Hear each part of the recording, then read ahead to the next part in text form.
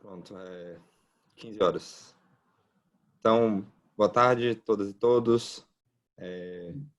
Vamos dar início ao nosso quinto seminário, SBL, de Economia. Hoje vamos ter a palestra do Daniel. Daniel terminou o doutorado dele em Berkeley e agora é professor na UCLA. E também é baiano, né? Então, hoje vocês têm um host baiano e um apresentador baiano. Vamos finalizar com a música de Bel Marques também. Tá? Então, Daniel, passar a palavra para você para a gente dar início. Muito obrigado. Eu queria muito agradecer o convite do Cláudio e do Rodrigo, a oportunidade de estar apresentando o trabalho, divulgando um pouquinho e pegando feedback, né? E, mais geral, um agradecimento por estarem organizando isso. Acho que está sendo bem bacana. E para a gente que está fora também a oportunidade de estar mais por perto do que está acontecendo no Brasil. Esse artigo ele é coautorado com o Rodrigo Soares, está em Colômbia agora. E ele tem uma história longa, então tem uma boa chance de alguns de vocês terem visto já, mas a gente acabou de fazer uma revisão bem substancial. A mensagem geral do paper está parecida, mas a gente mudou bastante no meio, na estimação, no modelo em si, então, mesmo para quem já viu antes, talvez tenha alguma coisa legal nova. Tá? Então, a pergunta central do paper é o que explica a queda da informalidade no Brasil? Né? Na década de 90 tinha uma tendência de aumento, né? Ou no final da década estava meio estável, e aí todo mundo discutia o que é isso, né? Da onde vem, talvez seja proteção excessiva ao trabalho, vindo da Constituição de 88, e aí fica aquela pergunta do que fazer, né? Talvez a gente tenha que aumentar o enforcement, né? Ir lá e punir a firma informal, mas isso pode ser um problema, porque de repente tem um cara que não consegue escapar, né? A informalidade é a única forma dele ser produtivo, e isso pode aumentar desemprego, pode causar pobreza. E aí, no meio desse debate, antes que a literatura pudesse descobrir o que estava acontecendo, a informalidade caiu. Né? Na década de 90, você tem uma queda muito substancial para trabalhadores assalariados, que é o nosso foco de hoje. Cai de 28% em 2003 para 17% em 2012. E isso levanta uma pergunta, né, de por que isso aconteceu. E o que deixa a situação um pouco, até mais curiosa é o fato de que tem um aumento muito grande do salário mínimo nessa época, né? E não é simplesmente um aumento real, um aumento relativo também ao trabalhador mediano. O salário mínimo está ficando mais binding, já vinha aumentando antes, então não é simplesmente uma coisa de caiu antes e aumentou depois. Não, já aumentou bastante de 95 a 2003, aumenta mais ainda de 2013 a 2012, e toda a teoria de formalidade vai dizer que isso aí é um fator que joga contra, né? Porque deixa mais difícil você cumprir a regulação trabalhista, né? Mas tem outras coisas acontecendo no Brasil também, né? Você tem aumento de produtividade, você pode ter um aumento na quantidade de punição, né? No enforcement mesmo, talvez o Ministério do Trabalho esteja sendo mais eficiente, e são coisas que costumam ser debatidas na literatura. Mas tem umas outras coisas também que mudaram muito no Brasil, né? Tem uma mudança brutal de escolaridade, né, do trabalhador, que vem de mudanças desde a década de 80, do acesso à escola, década de 90, Bolsa Família, depois acesso ampliado ao ensino superior, né, com subsídios do governo, além de outros choques que afetam diferencialmente trabalhadores menos ou mais qualificados. Por exemplo, tem uma literatura dizendo que os choques de comércio exterior no Brasil beneficiaram o trabalhador com menos habilidade. E tudo isso aí pode ter efeitos de equilíbrio que afetam a informalidade também, mas a gente não tinha um modelo na literatura que consegue incorporar tudo isso e avaliar qual é o impacto dessas coisas todas. Então, esse é o que a gente faz nesse artigo. A gente vai primeiro montar um modelo que inclui todos esses fatores, todas as possíveis explicações. Depois, a gente vai estimar esse modelo com dados de 2003. E eu vou mostrar aqui que bate um monte de coisas nos dados. Depois, a gente faz o exercício de validação, olhando as mudanças de 2013 para 2012. A gente pluga várias mudanças e vê se a previsão do modelo bate com o que aconteceu. E aí depois a gente vai ter dois tipos de contrafactuais. O primeiro é para responder a pergunta que eu coloquei antes, qual fator é o mais importante para explicar a queda da informalidade do Brasil. E depois a gente volta a uma pergunta mais ampla da literatura, de o que você pode fazer para acabar com a informalidade. E aí a gente vai ter alguns exercícios de política nesse sentido. Tá? E entrando um pouquinho mais de detalhe nesse resumo inicial, eu não vou dar os detalhes do modelo aqui, daqui a pouco eu vou estar falando disso, mas a ideia do modelo é um modelo que tenta botar bem pouca diferença estrutural entre o que é uma firma formal e informal. A maioria das coisas que vão estar acontecendo vão ser resultados de seleção. Você tem uma firma com determinado nível de produtividade e ela vai escolher se trabalha no setor formal ou informal, a mesma coisa para os trabalhadores, E aí a maior parte das diferenças entre firmas formais e informais que você vê nos dados vão ser resultados de seleção, né? A firma menos produtiva vai escolher o setor informal com mais probabilidade. E aí você vai ter outras forças gerando diferenças entre os setores. Você vai ter diferenciais compensatórios, porque o trabalhador formal tem mais benefícios, então o salário informal deveria compensar por isso de alguma forma, mas tem outras coisas que impedem essa compensação total, que vão ser salários mínimos de um lado e do outro lado uns prêmios de tamanho de firma, que vai existir no modelo também. Tá? Depois a gente vai fazer essa estimação e esse é talvez a parte mais que mudou mais em relação às versões anteriores, que a gente vai ter uma estimação que consegue casar uma quantidade bem grande de fatos estilizados dos dados, talvez mais do que outros modelos de formalidade. A gente vai ter formalidade por nível de skill, desemprego por nível de skill, diferenciais de salário entre setores e entre tamanhos de firma, e as distribuições de trabalhadores ao longo de tamanho de firma. Além disso, a gente vai fazer um casamento também de um efeito estimado em forma reduzida do aumento de enforcement na informalidade, seguindo a metodologia da Rita Almeida e do Pedro Carneiro. E isso vai amarrar um pouquinho o resultado que o modelo vai gerar com uma coisa que você consegue obter em forma reduzida num quase experimento. Tá? Aí depois a gente vai fazer esse exercício de validação, que a gente vai plugar várias mudanças que aconteceram na economia nesse período, salário mínimo, enforcement, composição da força de trabalho, etc. E a gente vai ver que as previsões do modelo são correlacionadas com o que acontece nos dados. E isso acontece mesmo se a gente olhar previsões no nível de região, que a PME vai ter 6 regiões, né? Para diferentes regiões metropolitanas do Brasil, e a gente vai ver que os padrões de previsão do modelo são mais ou menos aquilo que a gente vê nos dados mesmo. Tá? E aí, nos contrafactuais, o primeiro grupo, a gente vai descobrir que o fator mais importante é a composição da força de trabalho, a escolaridade e idade dos trabalhadores.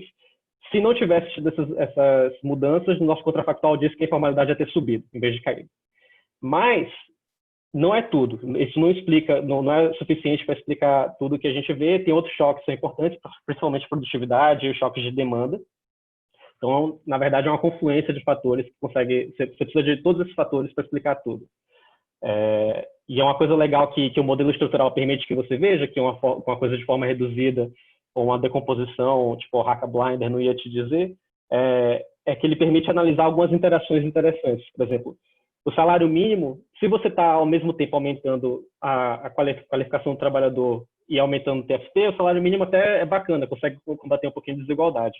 Por outro lado, se não tivesse tido essas outras mudanças, só aumentar o salário mínimo, aí você ia ir para aqueles efeitos negativos que a gente escuta a discussão, né? Você vai aumentar o desemprego, vai aumentar a informalidade, etc. Esse tipo de coisa o modelo estrutural consegue te dizer. E aí, finalmente, no último grupo de exercícios, a gente vai avaliar o que acontece se você pegar um aumento desculpa, em vez de fazer uma redução no imposto da folha de trabalho, que é uma coisa que estimula a formalização, né? Você faz isso, mas somente para trabalhadores com baixo nível de salário, né? Você faz um payroll tax que é progressivo. E a gente vai ver que isso consegue combater a informalidade, mas tem apenas uma fração do custo fiscal para o governo. Então, isso pode ser uma estratégia boa. Por outro lado, uma coisa tipo um abono salarial, onde você pega e dá uma transferência para o trabalhador formal com baixo salário, não é efetivo, né? E, a princípio, você poderia pensar que as duas políticas são bem parecidas, né? Nas duas formas, o governo está pegando dinheiro e dando para uma relação de trabalho formal de baixo salário, né? A diferença é que um está indo para a firma diretamente e outro está indo para o trabalhador diretamente. E aí você poderia pensar, num contexto onde tem barganha, que vai ser o nosso caso aqui, não deveria fazer muita diferença. Mas, na verdade, faz por causa do salário mínimo. Porque como o salário mínimo está baixo, se você paga um pouquinho mais para o trabalhador, o salário não consegue ajustar para baixo para a firma se beneficiar disso. Então, essa é uma diferença de política, uma coisa que tem implicações práticas para políticas públicas, que dificilmente você conseguiria capturar em outros modelos que não incluem todos esses componentes. Então, a gente acha que isso aqui é uma contribuição bacana do paper. Tá? Daniel, Diana perguntou aqui como é que foi definido o informal no estudo. Tá, informal sempre vai ser... Eu não tenho slide para isso, então eu posso responder agora. O informal aqui, a minha amostra só tem trabalhadores assalariados, sem incluir trabalhadores domésticos. E aí o cara formal é o cara que na PME reporta trabalhando com carteira. Tá? Respondido?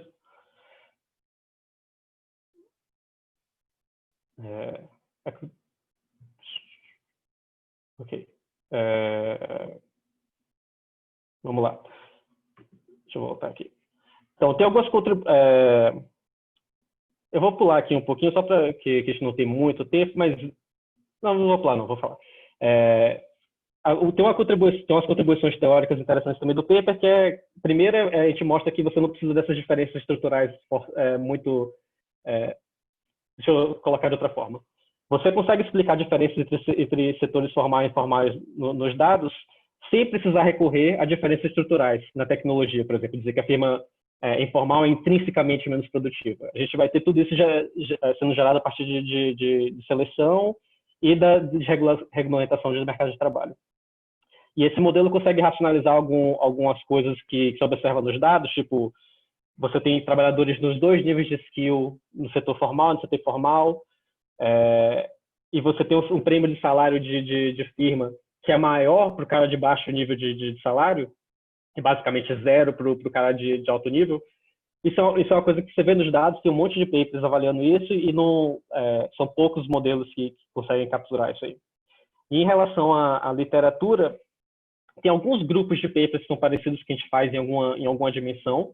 Por exemplo, você tem uns papers que tem search frictions, que nem o nosso vai ter, que tem essa dimensão de seleção também, e a coisa vindo de decisões de compliance, mas eles não têm heterogeneidade de trabalhador, então é só um nível de skill. Você tem uns outros papers que têm heterogeneidade de skill, mas não tem muito bem essa dimensão de compliance, não tem substituição imperfeita de trabalhadores, que a gente vai mostrar que vai ser uma coisa importante no nosso modelo.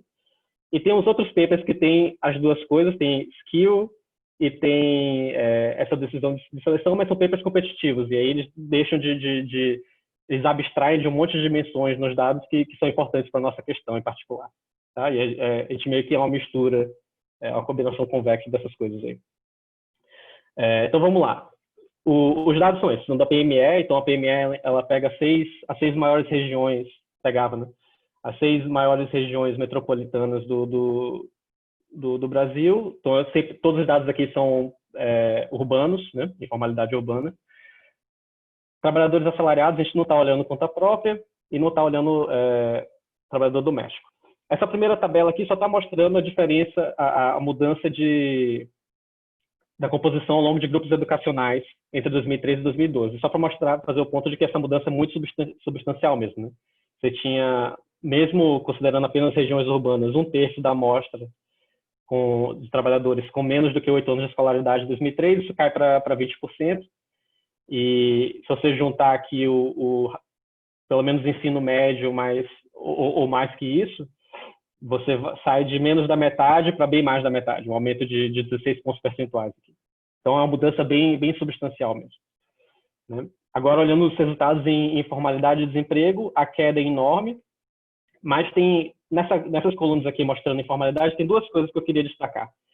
Uma é que a informalidade, mesmo em 2003, ela diminui para trabalhadores com mais qualificação, mas mesmo o cara com bastante qualificação ainda tem uma boa chance de trabalhar no setor informal, né? E isso é uma coisa diferente de alguns modelos falar, informalidade é essencialmente uma coisa de low skill, então a gente vai considerar apenas trabalhador low skill, que é uma aproximação entre várias que a gente pode aplicar, mas aqui a gente vai querer explorar, como a nossa questão é a mudança, e tem essa mudança importante de composição, a gente quer explorar esse lado de que, não, pô, o cara que é qualificado, ele também tem uma boa chance de trabalhar no setor informal. E outro ponto que eu queria falar é que a mudança de 2003 para 2012 não é apenas uma mudança composicional. Não é só uma questão de, você mudou a composição de skill e aí mecanicamente você vai ter uma queda de informalidade. Na verdade, você tem uma mudança na margem intensiva, né, condicional a skill para todos os grupos, né? E esses dois pontos, eles valem também se você falar de desemprego. Também tem uma mudança grande de desemprego entre os dois períodos, né? E só para dar uma ideia do que está acontecendo com salários nessa época, bom, isso aqui está só falando em níveis. No geral, o setor informal vai ter níveis de salário menor, né, do que o formal. Todos os salários aqui em nível estão medidos em múltiplos do salário mínimo em 2003, tá?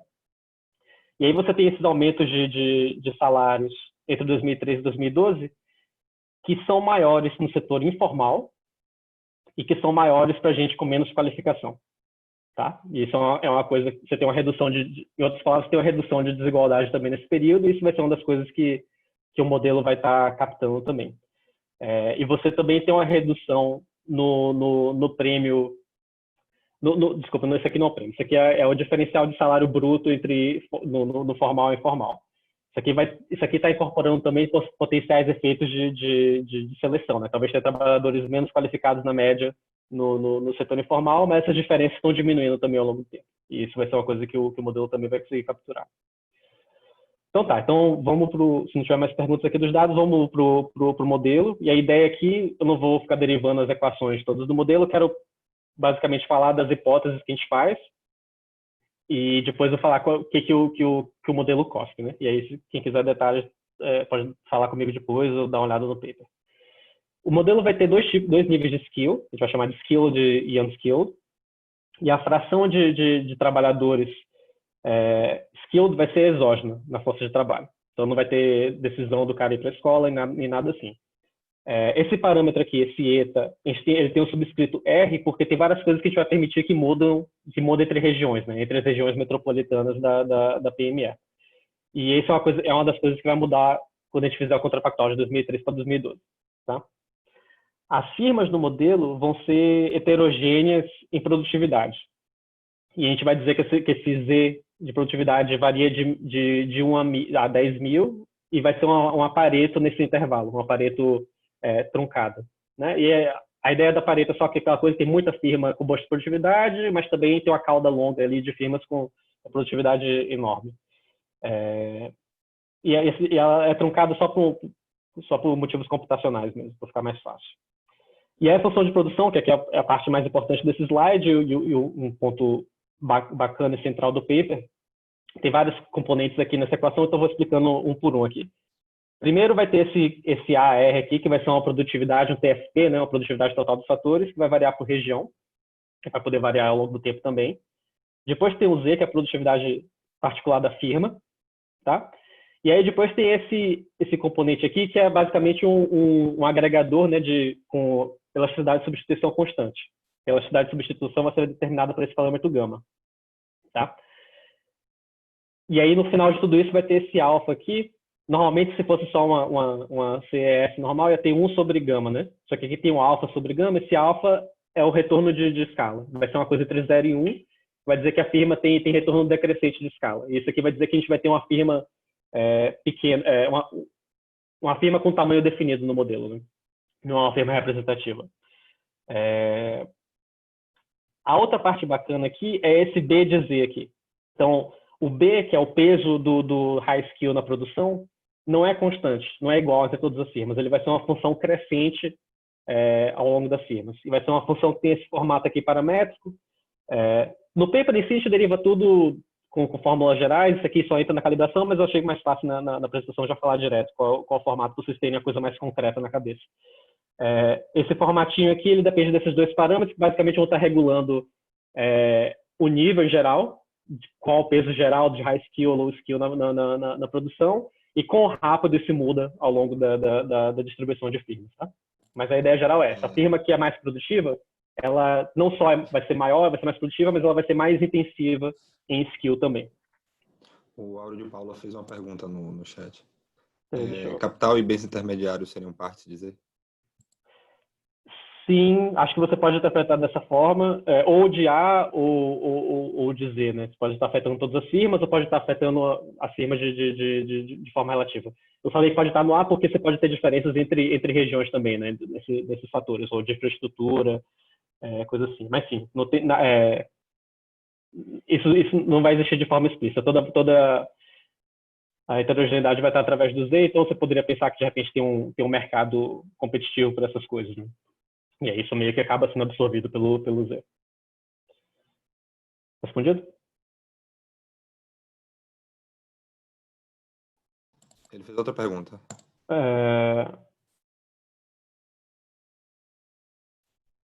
Isso. A gente, isso é verdade, É um bom ponto. A gente tem vai ter uma limitação da estratégia que a gente faz, né? O modelo ele já é complicado em várias dimensões, a gente tenta simplificar no que dá. A gente vai ter um exercício contrafactual onde a gente vai permitir uma mudança arbitrária e flexível na distribuição dos Zs. E a ideia do contrafactual é meio que ver se, de repente, esses outros fatores que afetam o Z poderiam ser a causa da queda de informalidade ao invés da educação, né, que é o fator central que a gente explica. E no paper a gente mostra que esse outro exercício ele é inconsistente com os dados em várias outras dimensões. Então, a ideia aí não é falar que essas outras coisas não são potencialmente importantes. Elas podem ter um fator, de repente você tem choques que afetam a existência de firmas menos produtivas ou mais produtivas, você tem investment bias, technical change, que favorece firmas maiores por algum motivo.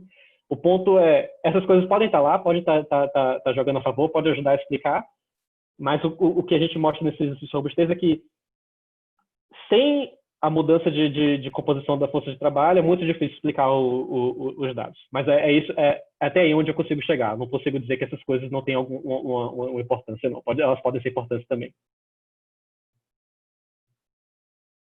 Okay. Então, vamos lá. E aí, finalmente, uma outra simplificação dessa dimensão, a massa total de firmas na economia também vai ser exógena. Tá? Então, beleza. Essas foram as hipóteses da produção. No mercado de trabalho, você vai ter fricções, no estilo Diamond, Mortensen e Persarides. E a gente coloca essas fricções no mercado de trabalho, primeiro porque a gente quer capturar essas diferenças de salário entre firmas, que são uma dimensão interessante dos dados. E o que eu acho mais importante, na verdade, é que é legal ter desemprego nesse modelo, primeiro porque tem mudanças importantes de desemprego também nos dados, então é legal que serve como uma falsificação do modelo também, né, de certa forma. E principalmente porque nos debates de formalidade, muitas vezes o desemprego é uma coisa que é bem relevante. Por exemplo, se você aumentar o salário mínimo, de repente você tem um efeito bom na desigualdade do setor formal, mas, por outro lado, você tem um efeito negativo do desemprego. Com enforcement é a mesma coisa. Você pode, de repente, ter um efeito bacana sobre informalidade, mas isso aumentar o desemprego e ter o efeito total desse negócio negativo. Então, colocar desemprego no modelo ajuda a gente a ter essas dimensões que são importantes para a política. Né? A gente vai ter mercados de trabalho separados para níveis de skill, e aí, na prática, o que isso está dizendo é que a firma, quando está procurando um trabalhador, consegue enxergar o skill. Né? E aí você vai ter uma matching function, né, que determina qual a probabilidade de determinada vaga ser preenchida, em função do labor market tightness, né, que é a razão entre o total de vagas sendo ofertadas pelas empresas e o total de trabalhadores procurando emprego, que no caso vão ser os trabalhadores desempregados. Não vai ter on-the-job search aqui. A postagem de vagas aqui, do ponto de vista da firma, a firma tentando procurar empregador, vai ter um custo convexo. E a ideia é que o cara que está postando muito poucas vagas, precisa de um trabalhador só, de repente ele consegue conversar lá com o amigo dele, e o primo dele está disposto a trabalhar, ele usa os networks, né? Mas se você é uma empresa grande, você tem que botar lá a vaga no site, pagar um custo para isso, ter que treinar o cara, porque o cara, você não consegue ver se ele realmente tinha aquela habilidade que precisava. E se você é uma firma enorme, você vai ter que ir procurar o cara na outra cidade, vai ter um custo maior ainda. Essa é a ideia. As taxas de destruição de emprego vão ser exógenas, mas a gente vai permitir que elas variem por nível de skill, por setor, formal e informal, e por região também. E essa é uma das poucas coisas que a gente permite variar por setor, né? Então, é uma diferença estrutural entre firma formal e informal, mas a gente acha que isso aqui reflete, em boa parte, incentivos de regulação, né? O cara que, se você tem uma firma formal, você vai ter um custo enorme de demitir o cara, e isso vai afetar a probabilidade se você realmente vai demitir ele ou não. Né? Mas isso não é endógeno. E você tem uma utilidade também, um flow utility do desemprego, que também vai variar por região e por nível de skill. E aí, o último slide de hipóteses são como é que determina os salários e as instituições de mercado de trabalho. Né? Você vai ter benefícios, né, de formal, o trabalhador recebe esses benefícios, que vão ser, parte deles vai ser uma coisa que multiplica seu salário, né? Uma coisa proporcional ao salário, ou que reduz também o imposto de renda, coisa assim. E tem os outros que não são proporcionais, que você pode aproximar mais ou menos o seguro-desemprego dessa forma, né? Ele varia, mas varia no range bem pequenininho, então na prática é fixo para o trabalhador, né? A empresa que é formal, a firma que é formal, ela vai pagar um payroll tax, né, que vai ser o mesmo por nível de skill, isso é uma coisa que tá na regulação. No contrafactual já permitir que seja diferente por nível de skill, e ela está sujeita ao salário mínimo. Tá? A informal não tem que fazer nada disso, ela não tem que pagar payroll tax, não está sujeita ao salário mínimo, mas por outro lado ela tem uma penalidade de informalidade. Como é que é essa penalidade? Essa penalidade é assim, você tem uma constante primeiro, vou falar mais dessa constante depois, e aí você tem o emprego total da empresa, tanto de trabalhadores qualificados e não qualificados, e isso aqui vai ser elevado a um determinado expoente. Tá? A ideia é que isso aqui a firma que é maior, ela é mais visível, né, para os inspetores, e aí sendo captada, ela vai ter que pagar uma determinada penalidade. Então, isso aqui tudo está incorporando essas duas coisas. Essa constante aqui, ela vai variar primeiro entre regiões, tá? Você vai ter um PR aqui que vai ser específico por região, que de repente tem mais enforcement em Porto Alegre do que em Recife, tá? E além disso, ela vai variar entre firmas também. Então a firma, na verdade, é heterogênea em duas coisas. Quando a firma começa a existência dela, ela tem uma produtividade de um lado e tem também um nível de intensidade de enforcement do outro. E a ideia aqui é capturar, de repente, tem os setores onde você consegue evadir a regulação mais do que o outro. Se você é um varejista, de repente é mais fácil evadir do que se você fosse um fabricante de automóveis, sei lá. E pode ser variações também de localização dentro da região também, por exemplo, tá? A forma como a gente vai mapear essa heterogeneidade aqui é discreta. Então você tem 5 categorias aqui, tá? Depois eu vou explicar vou mostrar como é que isso reflete nos dados no próximo slide. Tem uma pergunta? Tem uma pergunta no chat. Pessoal, só lembrando, vocês podem pedir para falar também, tá? Durante a apresentação. Então, vocês podem levantar a mão para fazer perguntas. Tá, deixa eu pegar aqui o chat.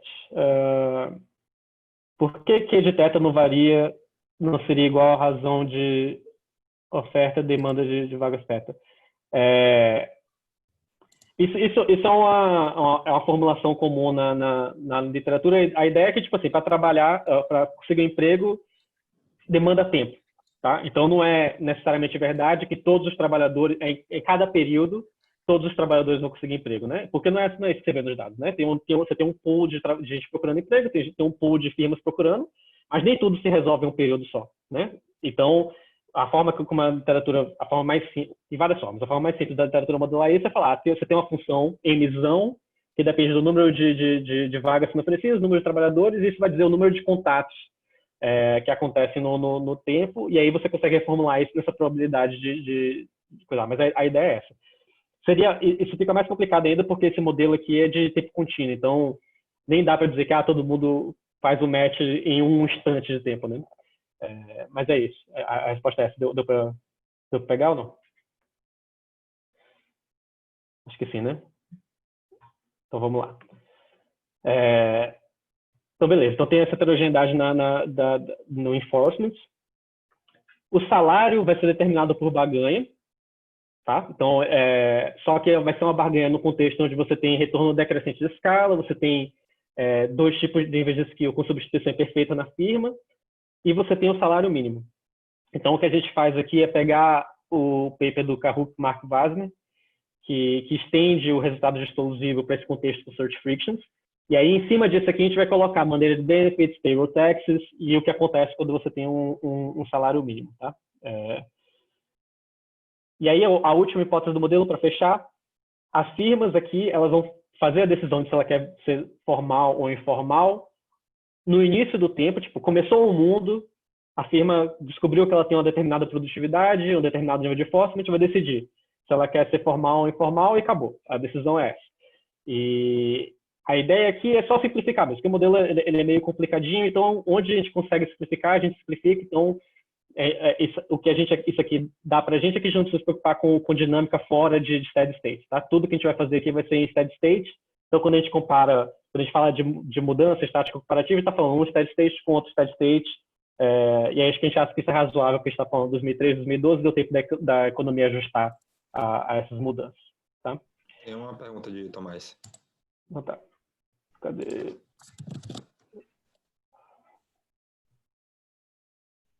Opa, Daniel, uma coisa, veja bem se eu entendi bem. Cada trabalhador adicional, ele vai mudar a minha produtividade marginal do trabalho, correto? Então, Isso. a barganha, ou seja, toda vez que eu contratar um trabalhador adicional, os trabalhadores anteriores da firma vão mudar, vão rebarganhar o salário anterior, ou como é que vai fazer esse processo de barganha? É exatamente isso. A ideia do Stonesville é exatamente essa. Cada trabalhador, a barganha acontece na margem com todos os trabalhadores e você não tem... os contratos não são enforceable, então você tem renegociação o tempo todo. Então, o que você está falando, de repente contratei um cara a mais e isso vai levar a renegociação com todos os outros trabalhadores porque mudou as produtividades marginais. Isso não acontece de fato no modelo, porque vai estar tudo acontecendo em steady state e é tudo contínuo, né? Não tem, tipo assim, não tem uma coisa granular de contratei um trabalhador a mais. Na prática, você tem sempre uma fração de trabalhador saindo, uma fração de trabalhador entrando, de forma que o trabalho tá constante. Então, essa dimensão de vai renegociar o trabalho, talvez não seja muito na prática que acontece nos dados, mas ela também não acontece no modelo por causa dessa dimensão de steady state. Por outro lado, isso permite que a gente capture essas mudanças no longo prazo, né? Entre 2003 e 2012, esses choques todos podem afetar a produtividade marginal do trabalho e isso vai se refletir endogenamente em salários. Então, essa é a dimensão que a gente quer capturar com esse modelo de barganha. Beleza. Então, vamos lá. Vamos ver aqui a hora que o modelo cospe para a gente, né? Vou explicar primeiro esses dois gráficos aqui de cima, que vai dizer qual é o que a firma está fazendo no equilíbrio do modelo, tá? Esses gráficos aqui têm várias curvas. A curva sólida está dizendo o que as firmas formais, que decidem ser formais, com níveis diferentes de produtividade, estão fazendo, aqui nesse exemplo aqui em termos de fração de emprego. E essas curvas aqui estão dizendo que as firmas informais estão fazendo. Por que tem várias curvas informais, mas só uma formal? A firma é heterogênea em duas coisas, né? Uma dimensão é esse aqui, essa dimensão de produtividade, a outra dimensão é a penalidade de formalidade, que tem 5 níveis. Tá? Condicional a ser formal, não importa a penalidade de formalidade, porque a firma não está pagando isso. Por isso que tem só uma curva formal. Por outro lado, se a firma decide ser informal, a firma informal com penalidade baixa vai ter um comportamento diferente da firma informal com penalidade alta. Por isso que você tem essas diferentes curvas cinza aqui. Tá? Por que só tem 3 e não 5? Porque as firmas com penalidade 4 e 5, com penalidade mais alta, mesmo com produtividade bem baixa, elas decidem ser formais. Por isso que tem firmas formais desde o nível mais baixo até o mais alto, porém as informais vão até aqui. Porque mesmo que você tenha uma penalidade muito baixa, chega um ponto em que faz mais sentido para você ser formal, porque você vai ter que pagar uma penalidade muito grande se você continuar no setor informal. Então, você prefere transicionar para o regime formal, onde os payroll tax vai ser flat. Né? Então, tá. Então, o que esse gráfico aqui está mostrando de emprego? Está dizendo que o tamanho da firma cresce com o tamanho. Então, as maiores firmas dessa economia vão ter 100 mil trabalhadores, mas há uma fração desprezível de firmas que está aqui. A maioria vai estar nesse range aqui mais da esquerda. Tá? Esse gráfico da direita está mostrando exatamente a mesma coisa, só que mostrando qual é a fração de trabalhadores qualificados na firma. E você vê que, tanto nas firmas formais quanto nas firmas informais, essa fração está crescendo com skill, e isso vem daquele componente do modelo de que a firma que tem mais produtividade, ela também vai ser mais intensiva em skill.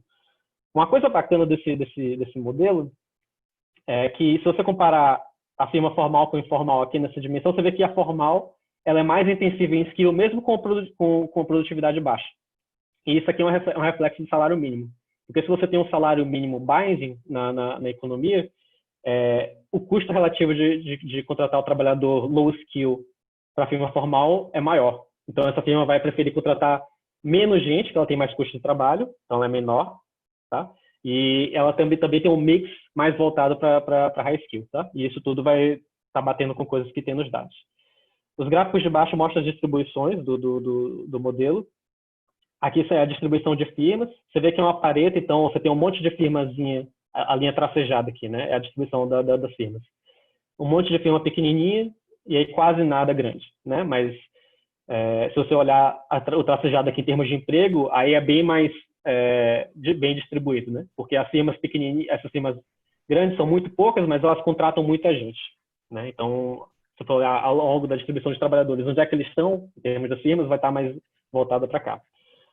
E a linha cinza aqui está mostrando a fração de firmas ou trabalhadores formais para cada nível de produtividade, né? Então, esse aqui tem esses saltos discretos aqui por causa desses 5 grupos de finalidades, né? Então, no início tem 60% de firmas informais, mas depois 40%. E aqui é mais suave porque você tem a mudança na quantidade de trabalhadores mudando endogenamente aqui conforme se aumenta a produtividade. Tinha pergunta? Daniel, tem uma pergunta do Áureo de Paula. Oi, Daniel. Oi.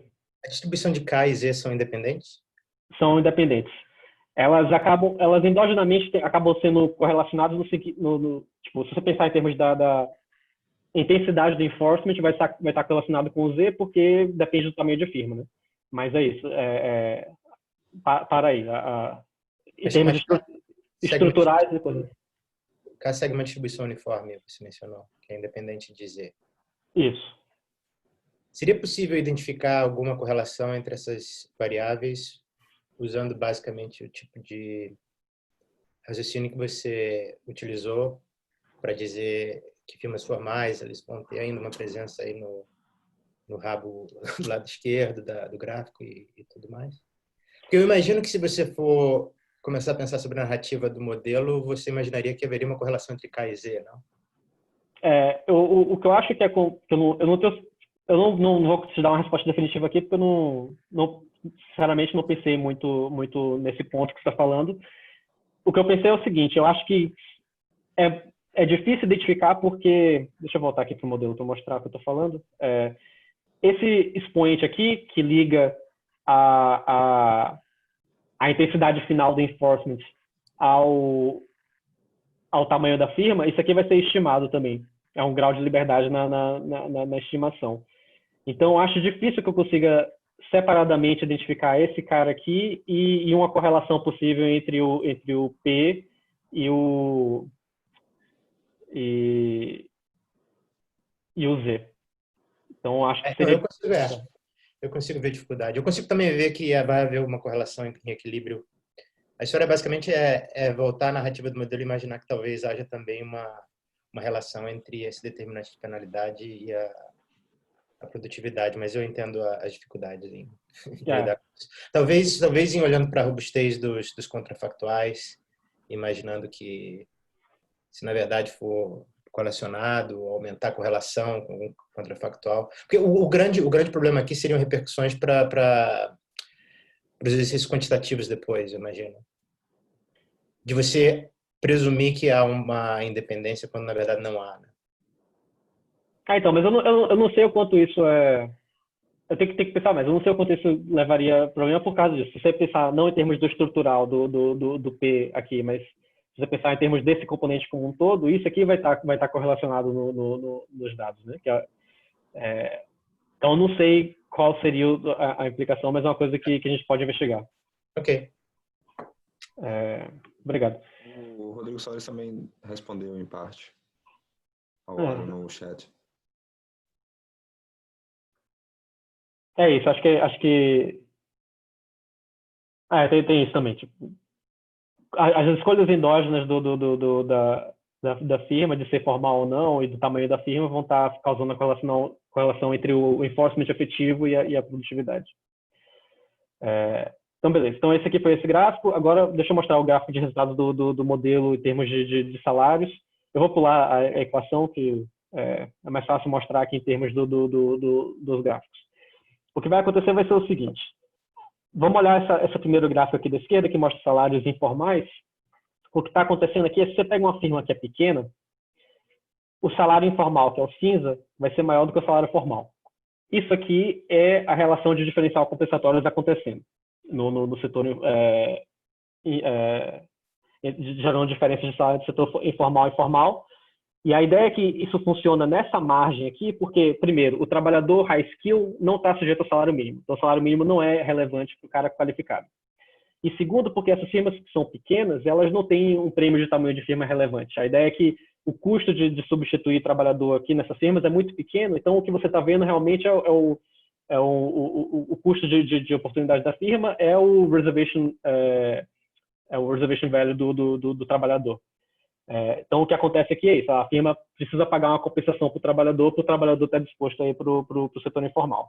Conforme você vai para firmas mais produtivas, que vão ser maiores em equilíbrio, essa firma passa a ter um custo de substituição maior do trabalhador. E daí, por causa daquele custo crescente de postagem de vaga, essa firma aqui, se o cara sair da minha empresa, eu vou ter que procurar lá no site, eu vou ter que buscar um cara na outra cidade. Isso gera um rent, né, no matching, né, tem um valor essa relação de trabalho. Porque tem um valor nessa relação de trabalho e tem barganha, significa que o trabalhador está ganhando um pouquinho mais disso aqui. E aí por isso que o salário cresce conforme o tamanho da firma cresce também. E isso aqui vai gerar uma diferença, se você pensar em termos da média, isso vai gerar uma diferença entre o salário formal médio e o salário informal médio, mesmo para o trabalhador qualificado. Tá? Então isso aqui vai jogar contra o diferencial compensatório. Para o trabalhador low skill, tem um outro fator entrando aqui, que é o salário mínimo. O salário mínimo, ele joga o salário acima do que seria barganhado, né? Você tem sem o salário mínimo, seria simplesmente o bargaining. Só que quando você tem o salário mínimo, esse negócio vira binding. Na prática, o trabalhador formal tem um poder de barganha maior. E isso gera esse kink aqui no gráfico, tá vendo? Tem um ponto aqui onde, abaixo desse nível aqui, a firma formal paga exatamente o salário mínimo. E aí, nesse exemplo aqui, esses gráficos todos são feitos para Recife, com base na estimação. Isso é suficiente para colocar o salário formal acima do salário informal. Então, isso aqui vai estar gerando um prêmio de formalidade mesmo para o cara que está mudando para uma firma formal pequena. E aí, se além disso, você considera que tem umas firmas formais que estão contratando muita gente, e aí vai ter esses ranks na relação de trabalho, isso vai aumentar ainda mais o salário. Então, você vai ter um cara com baixa qualificação que vai estar ganhando mais do que o salário mínimo em algumas firmas formais. Tá? Beleza, então terminei aqui o modelo. Vou passar rápido aqui pela estimação, porque tem várias etapas, tem muitos detalhes que eu acho que não preciso prender atenção, mas quero dar uma ideia geral de qual é o procedimento. A primeira etapa aqui é que esse modelo tem 2 níveis de skill, e aí a gente precisa dar um conceito empírico para skill, né? Porque a gente vai pensar em mudança de skill ao longo do tempo. E o que a gente está fazendo aqui é dizer que cada célula de idade e educação no modelo vai ter uma determinada fração de trabalhadores high skill. Desculpa, a fração educação e idade nos dados vai corresponder a uma determinada fração de skill no modelo. E a gente fixa que o cara de até 19 anos, com menos do que 8 anos de escolaridade, com certeza vai ser low skill. O cara com 30 ou mais anos de idade, 11 ou mais anos de educação, com certeza vai ser skill, na margem que a gente está considerando no modelo. Entre esses 2 valores, a gente está estimando lá. E aí, esse procedimento aqui, que é meio que uma forma da gente reduzir os dados, né, um exercício de data reduction, ele vai dar para a gente essas frações de skill em cada cidade, vai dar as taxas de seleção de emprego por skill, e vai dar um monte de targets para a gente, um monte de dados, que vão ser o quê? Coisas, por exemplo, qual é a taxa de formalidade para high skill, low skill em Salvador? Qual é o prêmio de formalidade estimado numa regressão de painel para um cara high skill ou para um cara low skill em São Paulo? Então, tudo isso, juntando todas essas coisas aqui, vão dar 120 momentos que a gente tem que casar nos dados, tá? Que depois da forma estrutural. Vai ter alguns parâmetros que a gente vai calibrar, a maior parte disso aqui vem simplesmente de regulação do mercado de trabalho, alguns a gente pega da literatura. Tem um que é bem importante, que é a elasticidade de substituição entre high skill e low skill, que a gente não tinha uma forma boa de estimar esse negócio nesse contexto, então a gente vai testar valores diferentes. A gente pega um valor da literatura e testa 2 valores diferentes como robustez. Depois, além disso, a gente tem 3 targets que são no nível nacional, que um é a Labor Share of Income, que é só uma forma de pegar a curvatura da função de produção.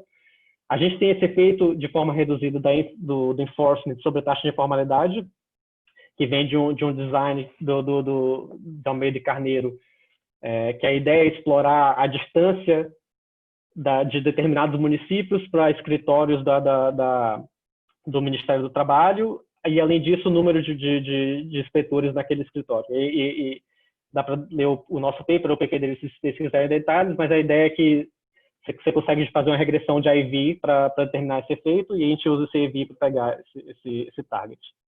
E aí a gente tem o target aqui, que é em relação à distribuição de tamanho de firmas, mas para firmas muito grandes.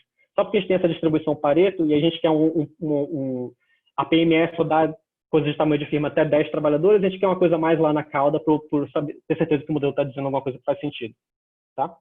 Então, basicamente, tudo que a gente faz aqui é pegar todos esses momentos, 120 no nível de skill, região, mais 3 nacionais, joga tudo num processo de minimum distance. Né? A gente tem esses 6 diferentes regiões no modelo, com um monte de parâmetros que são nacionais, outros parâmetros são por região. Escolhe os parâmetros que minimizam a distância para esses dados no modelo e depois faz inferência usando o Bootstrap desde a primeira etapa da estimação. Tá? E aí a gente consegue um fit bem razoável no modelo. Tá? Eu não vou passar por tudo. O que eu não estou explicando aqui são coisas que a gente consegue pegar bem, tipo informalidade, desemprego, níveis de salário. O prêmio de tamanho de firma, a gente não pega ele exatamente para o cara de high skill. O modelo prevê um prêmio um pouquinho negativo, nos dados um pouquinho positivo. Mas o qualitativo, de que é maior para o cara low skill, a gente está capturando. E as distribuições ao longo de tamanho de firma e o prêmio de tamanho de firma também, no geral, estão bem razoáveis. Eu estou omitindo alguns aqui. Tem alguns que não pegam exatamente, mas é isso. No geral, em termos do padrão qualitativo, é bem próximo. E aí, e os nacionais também são todos bem capturados. Tá? O exercício de validação, a gente vai plugar mudanças em um monte de coisas. Tem mudanças na composição da força de trabalho, que a gente pega, como a gente tem aquele mapeamento de idade e educação para skill, a gente vê a mudança. Teve tal mudança em idade e educação, a gente vê qual é a mudança correspondente em skill.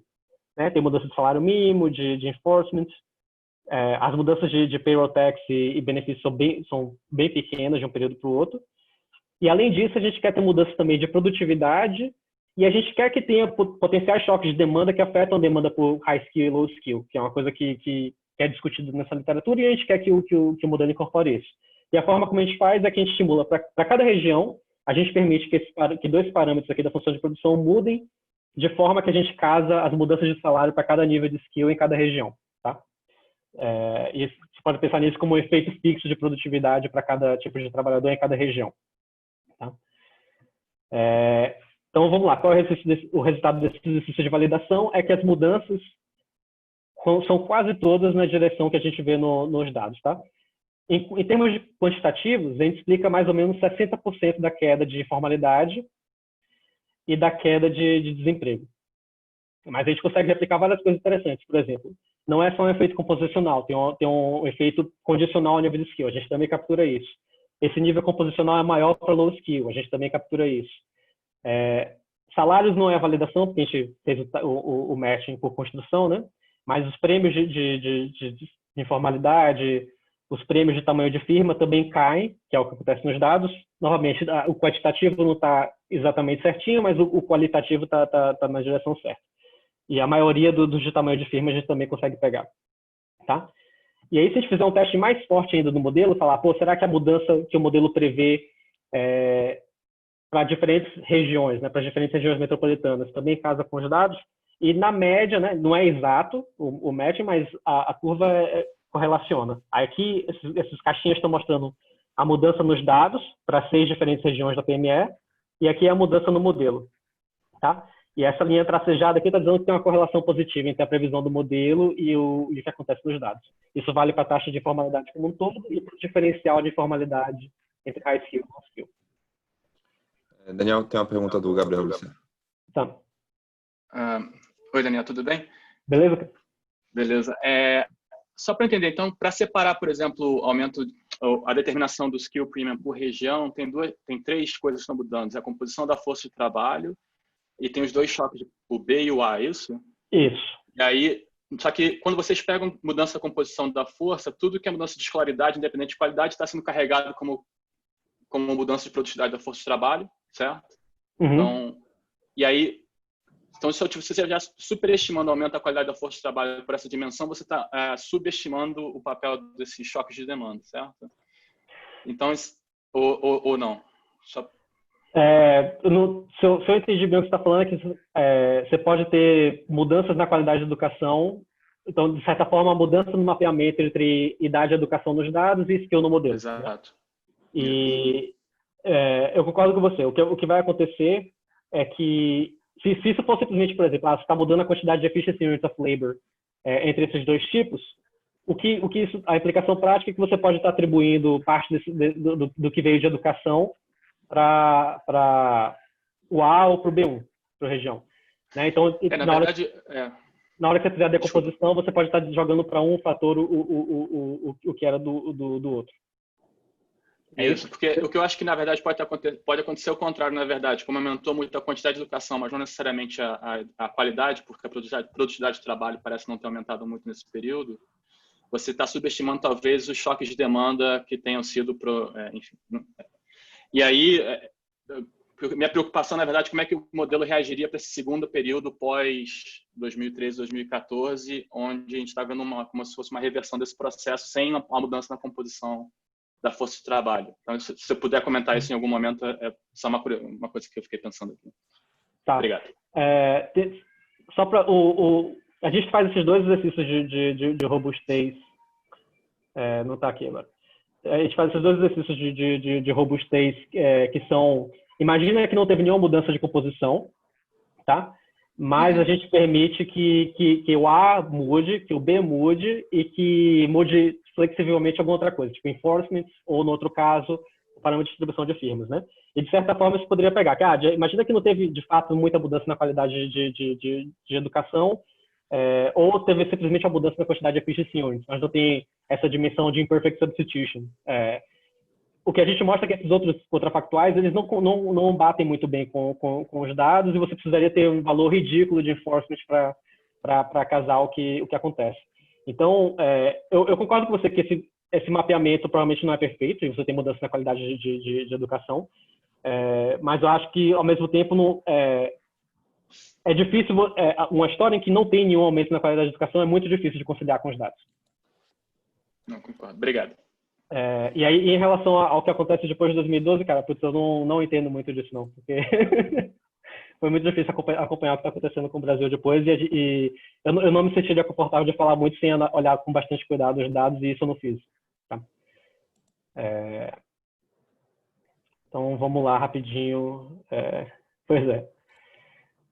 Então, vamos lá. Então, o exercício de validação dá para a gente confiança de que o modelo está pegando alguma dimensão correta, e aí agora eu vou ter que dar uma corrida nos resultados, mas o que esses gráficos aqui estão mostrando aqui nessa coluna você tem a previsão do modelo, né, do que aconteceu entre 2003 e 2012, e aqui a gente está mostrando as outras colunas contrafactuais, mostram o que teria acontecido se tudo mudasse, exceto um fator. Então, nessa coluna aqui, por exemplo, um fator que não muda é schooling.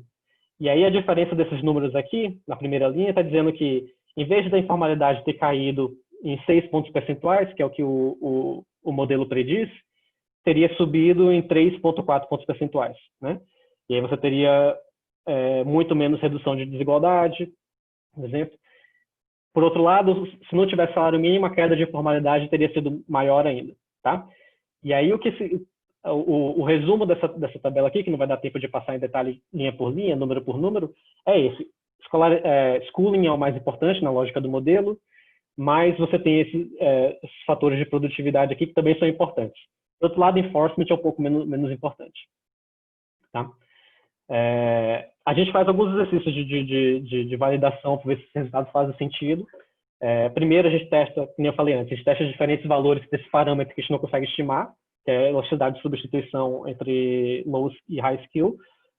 Não muda muitos resultados. Muda um pouquinho, às vezes pode mudar um pouquinho da importância do skill bias shock, mas não, no geral não muda o resultado qualitativo de que a educação é o mais importante. E a gente tem esses dois contrafactuais alternativos, que a gente tenta ver se, dentro da lógica do modelo, seria possível explicar a queda de formalidade sem educação, e nossa conclusão é que é bem difícil fazer isso. Mas ainda assim está sob a lógica do modelo. Então, a gente tem um outro exercício que vamos completamente ignorar esse modelo estrutural, vamos só tentar olhar os dados, vamos tentar olhar agora os dados do censo, que a gente consegue ver de 91 até 2010, todas as micro-regiões do Brasil, e tem um monte de variação interessante ainda, porque você tem mudanças de escolaridade que são diferentes entre micro-regiões, né? E aí é claro que se você vê que existe essa correlação nos dados, lugares que teve maior aumento de educação tiveram maior queda de informalidade, pô, isso pode ser por um monte de coisas endógenas correlacionadas com a escolaridade, né? A gente tenta diminuir a influência desses fatores botando um monte de controles para tentar pegar esses fatores institucionais ou de demanda que podem ter variado por região, e a correlação é bem robusta. E não só ela é bem robusta, como ela sobrevive mesmo que a gente considere o que acontece com o resíduo, tipo assim, um valor residual da informalidade condicional à escolaridade do trabalhador. E a ideia aqui é que é aquilo que a gente mencionou no modelo, não é simplesmente efeito composicional. Essa ideia de que muda a sua probabilidade de ser formal ou informal, mesmo condicional ao seu nível de educação, isso está nesses dados do censo também, a gente também consegue identificar lá. É claro que a gente não tem um quase experimento aqui, então, por si só, a gente não conseguiria fazer um paper com essa regressão. Mas é bacana que ela dá suporte ao que a gente acha no modelo estrutural. Né? Então, finalmente, dado essa validação do modelo, a gente descobriu que a educação é super importante, a gente consegue ir para essa questão mais geral de o que a gente pode fazer para tentar reduzir a desigualdade, e aqui a gente está partindo do modelo em 2012. Né? E aqui a ideia é, vamos tentar coisas que seriam, de certa forma, práticas, mas que seria interessante validar, né, de alguma forma. Então, como benchmarking aqui, a gente coloca o que acontece se você pegar nosso modelo e reduzir o payroll tax, né, imposto sobre força de trabalho, em 1 ponto percentual. Tá? Você tem uma queda de informalidade de 0,27 pontos percentual, cai um pouquinho o desemprego também, só que isso tem um custo fiscal que é bem razoável. E a forma como a gente está medindo aqui, a gente pega esse modelo, a gente sabe exatamente quanto, dentro do modelo, quanto o governo está coletando em payroll tax e o quanto ele está pagando em benefícios. Né? Então, a gente subtrai um do outro e isso aqui é o que o governo consegue extrair de impostos do trabalho em geral, né? Levando em consideração o benefício que tem que pagar. Se você aumenta esse payroll tax em 1 ponto percentual, você diminui a receita do governo em 1,75%. Então, é substancial. Por outro lado, se essa queda de 1 ponto percentual sobre imposto sobre a folha fosse só para o cara que tem salário baixo, como é que a gente está fazendo isso? Se fosse só para o cara low skill no modelo, você ia ter um efeito substancial também em informalidade, que é mais ou menos metade do outro, só que o custo fiscal é 1/10. Tá? Então, você tem metade do efeito por 1/10 do custo. Então, 5 vezes mais efetivo em termos de custo, né? Então, se a gente multiplicar esse cara aqui por 10, né, o custo fiscal vai ser parecido, só que o benefício é 5 vezes maior. Tá? Então, uma redução de imposto de folha para o cara de low skill é uma coisa que potencialmente pode dar resultados bons para combater a informalidade. Essa outra coluna aqui é o que acontece se a gente, em vez de fazer isso, a gente duplicar o abono salarial, né, que aqui é modelado como um benefício lump sum que o governo paga para o cara formal low skill. Tá? Você tem um efeito bem pequeno sobre informalidade, é comparável com esse aqui, só que com um custo fiscal muito maior. Né? Então, ele é bem menos efetivo. Ele é menos efetivo do que o próprio, do que uma redução total de imposto sobre folha. Só que, além de ser menos efetivo em termos de custo, ele aumenta o desemprego, né? Porque o cara vai querer ficar esperando mais para conseguir o emprego formal, não vai aceitar o emprego informal. E ele causa uma redução do PIB, em vez de aumento de PIB, que nem todos os outros. Então, tem uma diferença grande nesse modelo entre você fazer uma transferência para a relação de trabalho low skill formal, que paga para a firma, em vez de uma que paga para o trabalhador. E a diferença, que nem eu mencionei na introdução, vem do salário mínimo. Então, a gente acha esse exercício legal porque ele ilustra uma nuance que é potencialmente importante para a política, mas que é bem difícil de capturar na maior parte dos modelos, mas que nosso modelo consegue capturar. E é isso aí. Não tem um slide de conclusão não, porque estaria repetindo tudo. Obrigadão, galera. Obrigado, Daniel. Abrir agora para as perguntas. Então, podem mandar pelo chat ou então podem levantar a mão que eu vou abrir no microfone.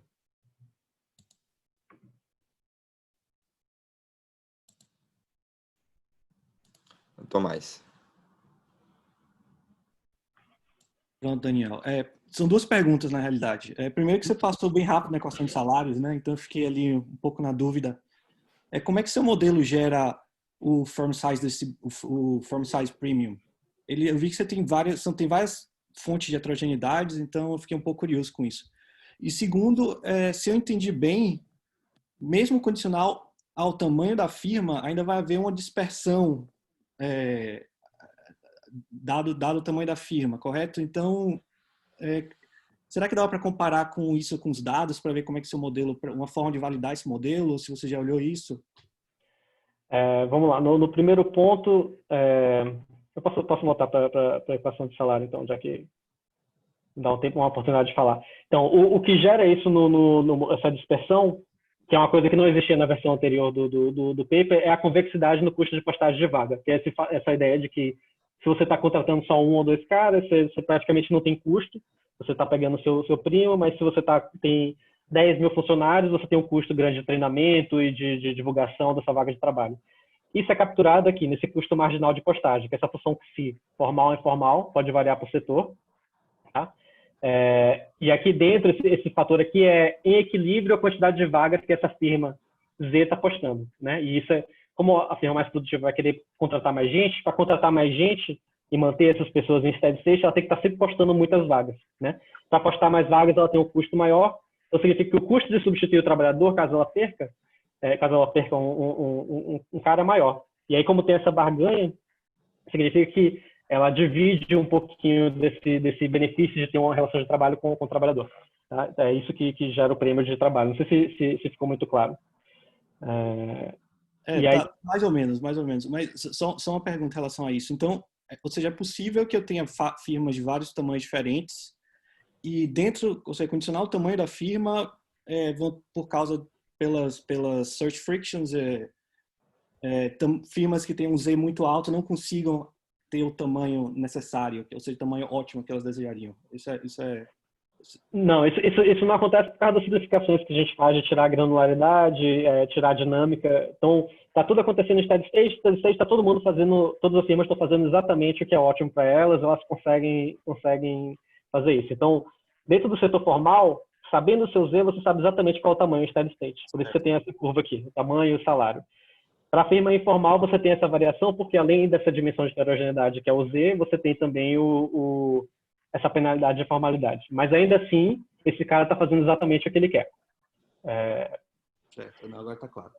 E aí a segunda pergunta era o que a gente consegue casar, dados os dados que a gente tem da PME, são as distribuições de trabalhadores por nível de skill ao longo de tamanhos de firma. Então, eu sei que, por exemplo, nos dados, eu tenho 85% dos trabalhadores formais empregados, 89,6% dos trabalhadores formais high skill estão empregados em firmas com 11 ou mais trabalhadores. Se o cara for low skill, essa porcentagem vai para 74%. Se ele é skill no setor informal, você vai para 67%, para 43%. Isso é o que o modelo consegue... Isso é o que a gente consegue observar, porque a gente não tem dados diretamente da firma, a gente tem do reportado pelo trabalhador, e o modelo consegue casar relativamente bem todas essas medidas. Tá bom. Obrigado. Cláudio.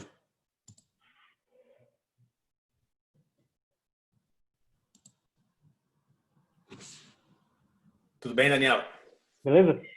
Uma pergunta um pouco mais big picture. Você falou no começo, e acho que resume um pouco, que os efeitos de choque de demanda são importantes para explicar o comportamento, digamos assim, mais agregado.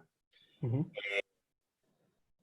Por outro lado, se você pensar em choques de demanda que aconteceram nesse período e você colocar isso do lado do que vocês estão fazendo, que só usa a PME, que basicamente são grandes regiões urbanas, parte do grande choque tem a ver com commodities, etc. Né?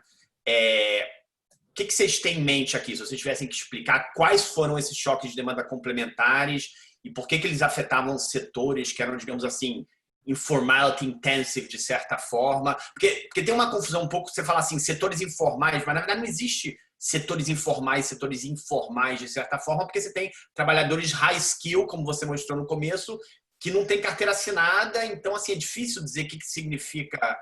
Então fica um pouco ambíguo para mim entender o que são esses choques de demanda no mundo que você está olhando só realmente para o Brasil urbano e grandes regiões metropolitanas nesse período, quais são os setores afetados, você poderia comentar isso? Posso. A gente não tem nenhum. A gente não explora isso especificamente no modelo. A forma como está encarando isso aqui é como se fosse da mesma forma que a gente trataria um efeito fixo, né, no paper de forma reduzida. Né? A gente está permitindo essa variação de forma flexível, e aí a gente meio que pega isso desses papers avaliando a desigualdade no Brasil, Fernandes e Messina, que quando você pega esses papers empíricos de trade, por exemplo, que avaliam, tentam pegar o efeito de trade, né, que tem efeitos diferenciais diferentes dependendo do setor, e esses setores são diferentes em termos de high ou low skill. Isso vai ter um efeito sobre desigualdade, não informalidade, tá? Então, eu acho que é mais fácil entender por que alguns setores são intensivos em high skill ou low skill, certo? E aí, tudo bem? Então, beleza. O que está acontecendo aqui não é necessariamente que esse choque de demanda está afetando diretamente a taxa de formalidade e informalidade. A lógica que a gente está pensando aqui é que isso afeta esses retornos de skill, talvez por favorecer alguns setores ou outros, que poderia acontecer tanto no setor formal quanto no setor informal. Tá? Então, não tem nada nesse choque que é intrínseco por nível de setor formal e setor informal. Ele é intrínseco para high skill e low skill. Porém, o que acontece é que quando você tem esse choque que favorece o cara com low skill, isso faz o salário mínimo ser um pouquinho menos binding. Tá? Então, teve um aumento grande do salário mínimo, mas na prática, mesmo se não tivesse salário mínimo, talvez o salário do cara low skill estaria aumentando de qualquer forma por causa desses outros choques. E isso ajuda o salário mínimo a ficar menos binding, pensando o que aconteceria no equilíbrio sem salário mínimo, e isso é o que ajuda a combater a informalidade.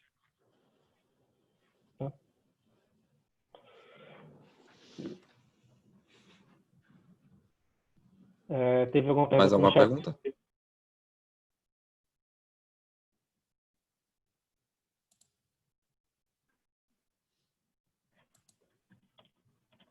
Aparentemente não. Então,